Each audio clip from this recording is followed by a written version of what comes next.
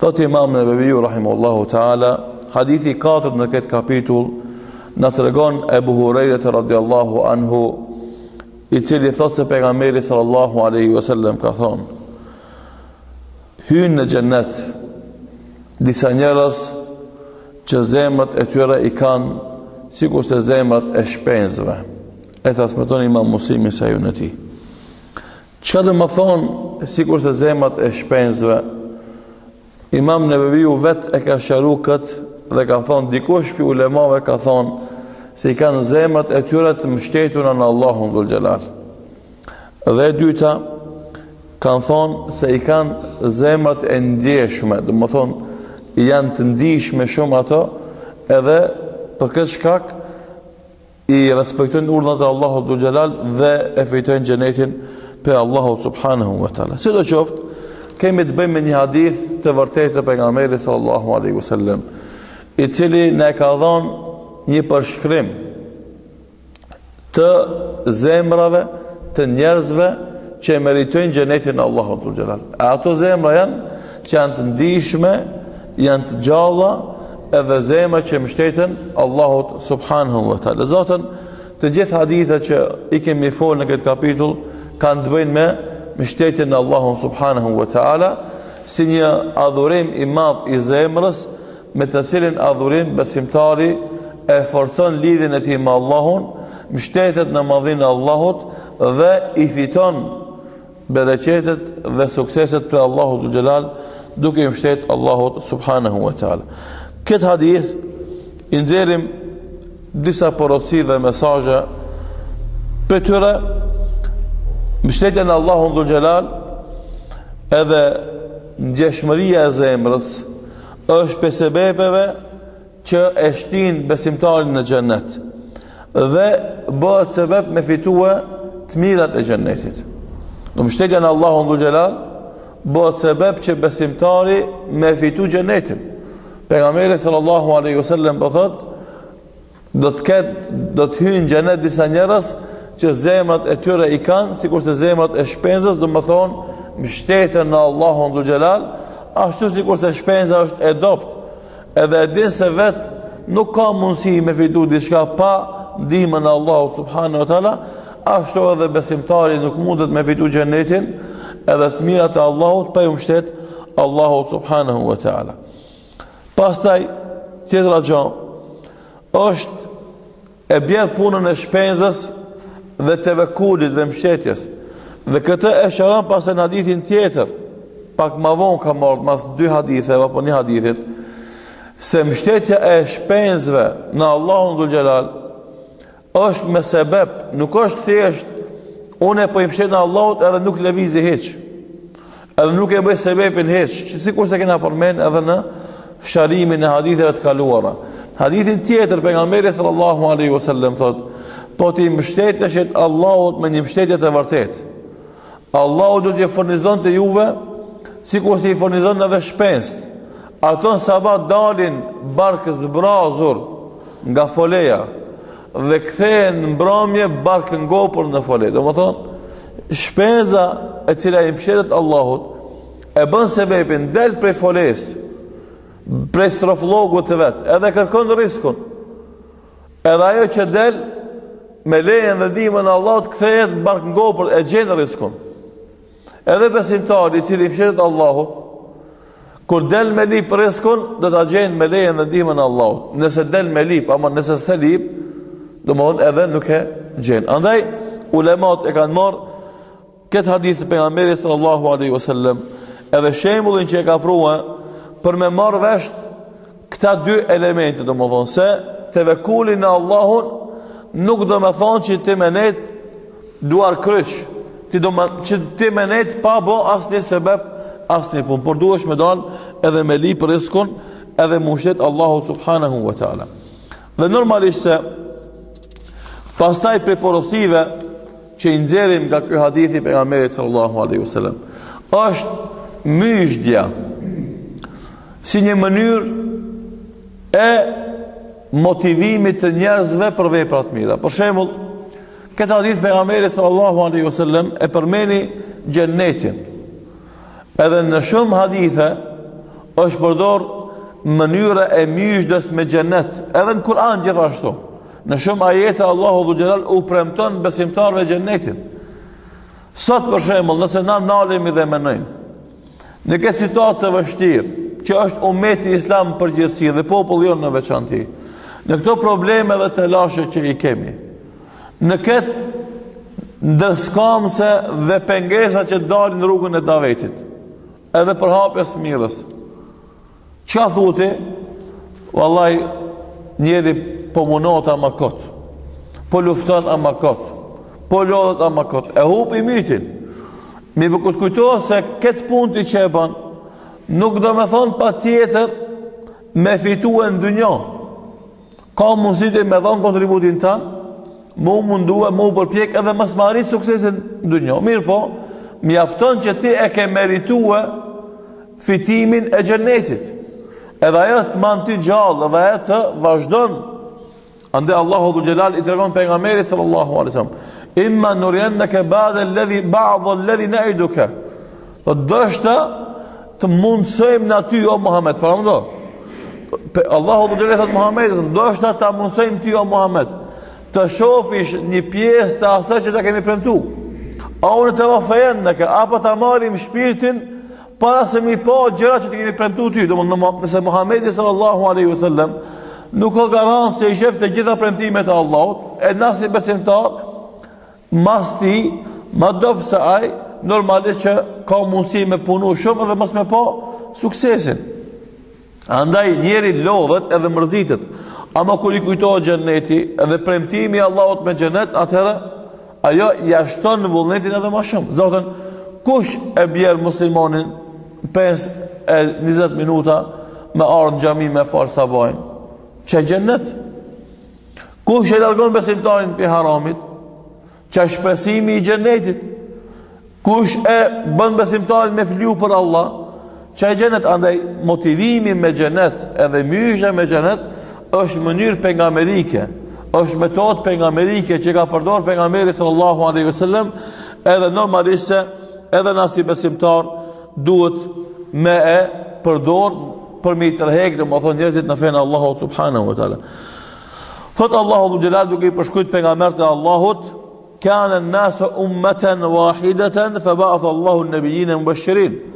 Njerëzit ishin një ummet e Allahu i qej pejgambert mishdegji.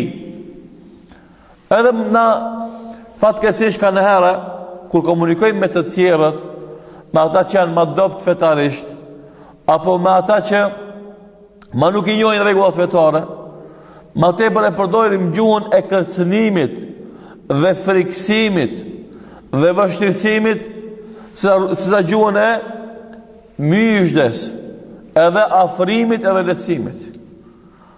Pejgamberi Allahut Muhammedi sallallahu alaihi wasallam ka ardhur për t'ia letuar njerëzimin në përgjithësi, edhe muslimanëve veçanti. Normalisht se janë disa obligime fetare të vështira dhe të rënda, ama atmosfera e përgjithshme e fesë islame është atmosferë gëzimi, atmosferë hareje, atmosferë lumturie, jo atmosferë e, domethënë, e zymt, e ertë, e ngusht. Për këtë shkak pejgamberi sallallahu alaihi wasallam thot: "Yassiru wala tu'assiru, bashiru wala tunaffiru."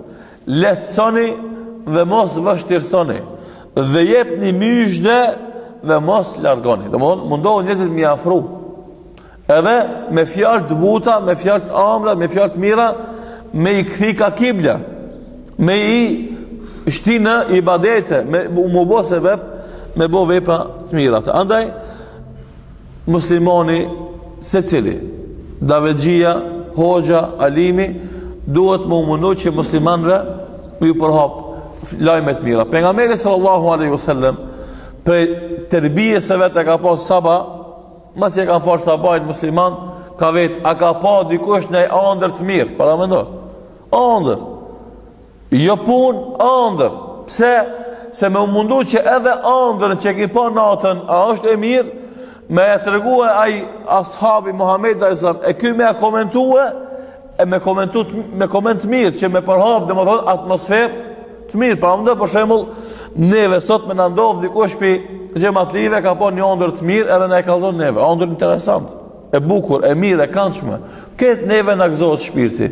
Këtë neve na disponohet gjendja. Andaj edhe këtë e ka përdorur pejgamberi sallallahu alaihi wasallam që në mesin e muslimanëve me përhap disponim, me përhap domethënë atmosferë të mirë. Edhe thot pejgamberi sallallahu alaihi wasallam e donte optimizmin. Këtë kjo është një pjesë e asaj që themi na përdorimi i myshdeve për të komunikuar me të tjerë, edhe ky komunikim padyshim se është komunikim i xheirit edhe i bereqetshëm. E dyta metodë që është përdorur në këtë rast, në këtë hadith pejgamberit sallallahu alaihi wasallam, i cili është shumë i shkurtë, ama ulemat kanë nxjerrë domosdoshmë mësime të shumta, është që inkurajimi për të bënë një vepër të mirë. Tash, pse më ushqet Allahu dhul xhelal? Pse? Thot sepse duke i ushqet Allahu dhul xhelal e fiton xhenetin. Pas ka thonë pejgamberi sallallahu alaihi wasallam, disa njerëz kanë me hinë xhenet. Pse? Sepse zemrat e tyre i kanë sikurse zemrat e shpenzëve, që do të thonë janë zemra të mbështetën Allahu dhul xhelal. Se shpenza si shpenzë, të gjithë na e kena po, do të thonë është një krijesë e dobët. Edhe e frikshme, frigohet. Me një zhurmë shumë më të vogël që ki pa ato mbledhen më një vend me pi ujë shembull ose me hongër ushqim, si një zhurmë më e vogël ata ikin. Domthonë janë krijesa të dobta edhe që frigohen shumë. Për atë shkak i ka përmendur si shembull pejgamberi sallallahu alaihi wasallam se ato nuk kanë mundësie me vazhdu jetën pa u mbështetur në Allahun. E para dhe dyta, friga e tyre është ajo që duhet me qenë cilësi e besimtarit, me u frigu Allahu dhul xhelal, ashtu sikur si frigohet domethënë kjo shpenzë njerëzve apo gjërave në përgjithësi. Dhe kjo shpenzë e dobët, e ngrohtë, edhe e këndshme gjithashtu, duhet me qenë në këtë formë edhe zemra e besimtarit në lidhje me Allahun subhanahu wa taala. Dhe duke zbut zemrat e njerëzve, se njeriu zemrën e tij ka mundësi me pas të ngurtë, si shkambi. Edhe pse Allahu dhul xhelal thot, kapi shkambive gur, shkam i madh i malit, i cili qohet prej frikës për Allahu dhul xhelal, qohet.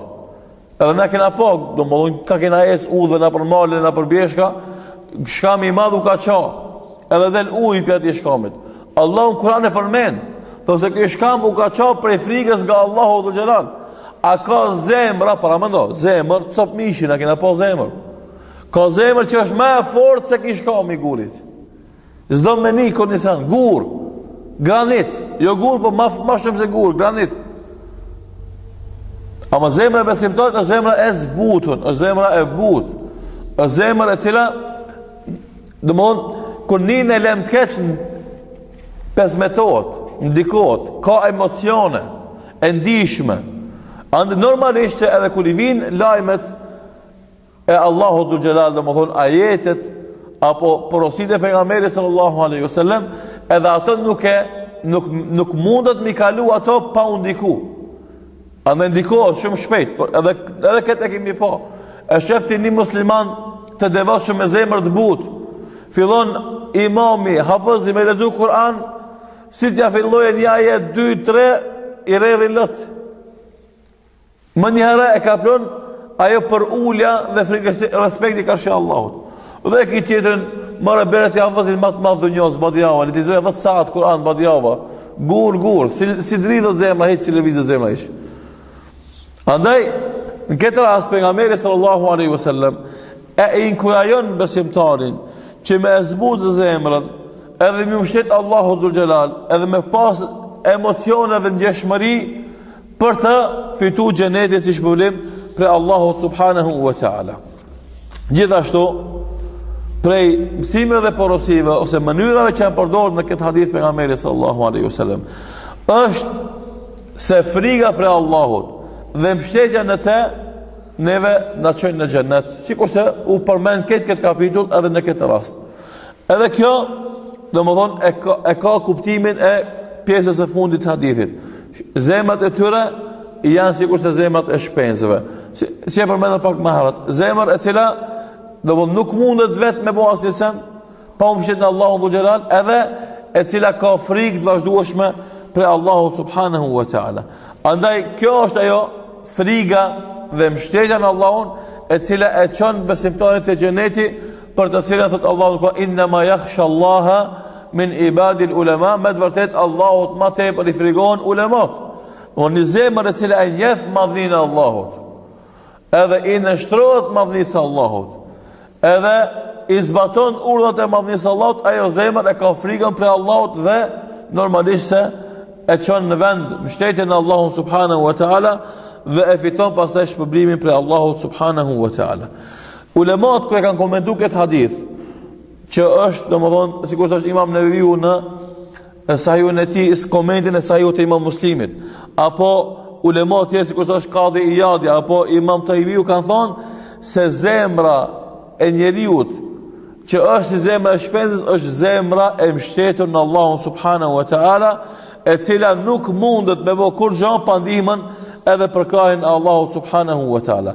Dhe kjo është një mënyrë metaforike që ka përdorur pejgamberi sallallahu alaihi wasallam, që ka simbolikat e veta, edhe ka thonë edhe ka qenë domethënëse dhe është domethënëse për besimtarët me kuptue këto porosi dhe mësime që na jep ky hadithi pejgamberit sallallahu alaihi wasallam. Dhe porosia tjetër që është e rëndësishme në përgjithësi dhe më e rëndësishme në të gjitha rastet është lidhshmëria mes gjendjes së zemrës së besimtarit edhe fundit të njeriut. E ka lidh në këtë hadith pejgamberi sallallahu alaihi wasallam jetën e besimtarit prej te zemra e tij deri te fundi i tij.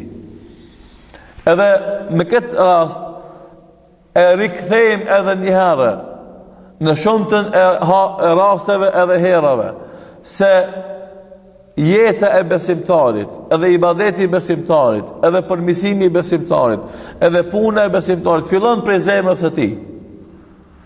Fillon prej zemrës së tij.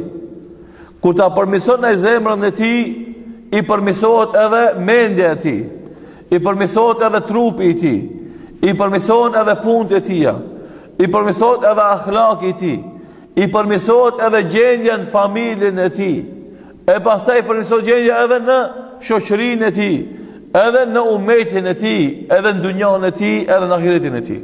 Pra fillon prej kujt pen zemrën e tij, edhe këtë gjendja e tij deri në fund, deri në ahiret i përmirësohet. Edhe kundërta, si ti priqet zemra e tij, pet priqet zemrës deri në ahiret i priqet jeta e tij. Pse? Sepse në të gjitha rastet zemra është motori, është baza. Nëse ajo është e mirë, i gjithë trupi është i mirë. Nëse ajo është e presht, i gjithë trupi është i presht. Ajo është mbreti. Nëse mbreti është i mirë, i gjithë shteti është i mirë. Nëse mbreti është i keq, i gjithë shteti është i keq. S'mundet me shkua dhe më thonë, me pas mbretin e keq e populli i mirë. Ose kundërta, ata nuk lidhen njëra me tjetrën. Për atë shkak, pejgamberi sallallahu alaihi wasallam e ka treguar dhe ka thonë ala inna fil jasadi mudgha. Me të vërtetë në trup është një copë mishi. Idha saluha sairul jasad, nëse ajo është e mirë, i gjithë trupi i tij është i mirë.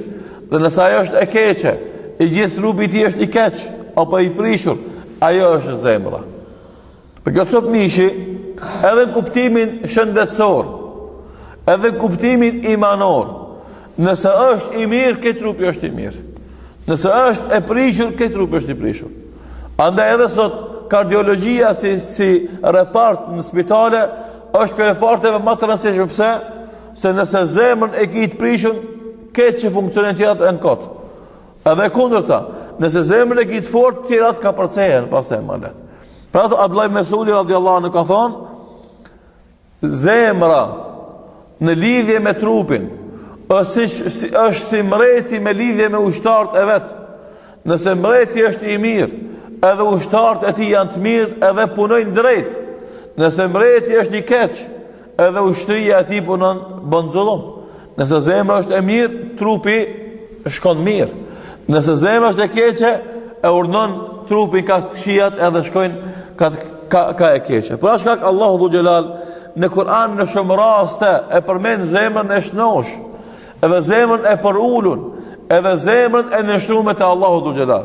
Andaj thot yawma la yanfa'u malun wala banun illa man ata Allah bi qalbin salim, a ditë që s'bën dobi as malli as evladi përveç atij që vjen te Allahu me zemër të shëndosh. Pse se zemra e shëndosh është ajo zemër e cila e ka shtyr njeriu në punë të mira. Andaj ai njeriu që vjen te Allahu me zemër të shëndosh, ai ka ardhur me veti dhe me bagazh të madh të veprave të mira.